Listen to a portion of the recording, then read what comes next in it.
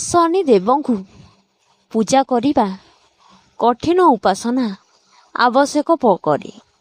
ବିଶେଷ କରି ଯେଉଁମାନେ ଶନିଙ୍କ କୋପ ଯୋଗୁଁ ଦୀର୍ଘ ବର୍ଷ ଧରି ଅସୁବିଧାରେ ପଡ଼ିଛନ୍ତି, ସେମାନେ ସମ୍ପୂର୍ଣ୍ଣ ଭାବେ ନିଷ୍ଠାର ସହିତ ଶନିଦେବଙ୍କୁ ପୂଜା କରିବା ଉଚିତ। ସେମାନଙ୍କ ପୂଜାରେ କିଛି ବିଶେଷ ଜିନିଷ ମଧ୍ୟ ଧ୍ୟାନ ଦେବା ଆବଶ୍ୟକ। ଏଠାରେ ଆମେ ଆପଣଙ୍କୁ ଶନିଦେବଙ୍କ ପୂଜା ସହିତ ଜଡ଼ିତ ଜିନିଷ ଗୁଡ଼ିକ କହୁଛୁ, ଯାହାକୁ ପୂଜା କରିବା ପୂର୍ବରୁ ଜାଣିବା ଉଚିତ।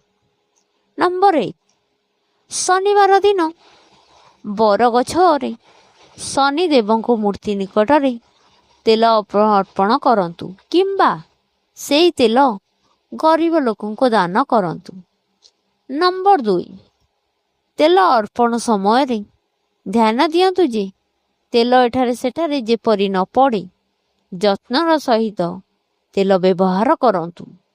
ନମ୍ବର 3, ଶନିବାର ଦିନ ଚମଡ଼ା ଜୋତା କିମ୍ବା ଚପଲ ଦାନ କରିବା ମଧ୍ୟ ଭଲ। ନମ୍ବର 4, ଶନି ପୂଜା କରୁଥିବା ସମୟରେ ମୂର୍ତ୍ତି ସମ୍ମୁଖରେ ଠିଆ ହୁଅନ୍ତୁ ନାହିଁ। ଏପରି ଶନିଙ୍କ ମନ୍ଦିରକୁ ଯାଆନ୍ତୁ ଯେଉଁଠାରେ ଶନି ଶିଳା ରୂପରେ ପୂଜା ପାଉଛନ୍ତି। ଏହି ଦିନ ଏକ ଅରୁଆ ଏବଂ ନିରାମିଷ ଖାଆନ୍ତୁ।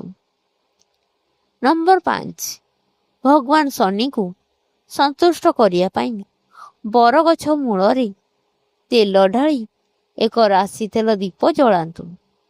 ନମ୍ବର 6, ଯେଉଁମାନେ ଶନିଙ୍କୁ ପୂଜା କରନ୍ତି ସେମାନେ ଅନ୍ୟମାନଙ୍କ ପ୍ରତି ଭଲ ହେବା ଭଲ।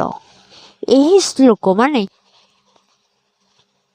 ଗରିବ, ଦୁଃଖୀ ଏବଂ ଅସହାୟ ଲୋକଙ୍କୁ ସାହାଯ୍ୟ କରିବା ଉଚିତ।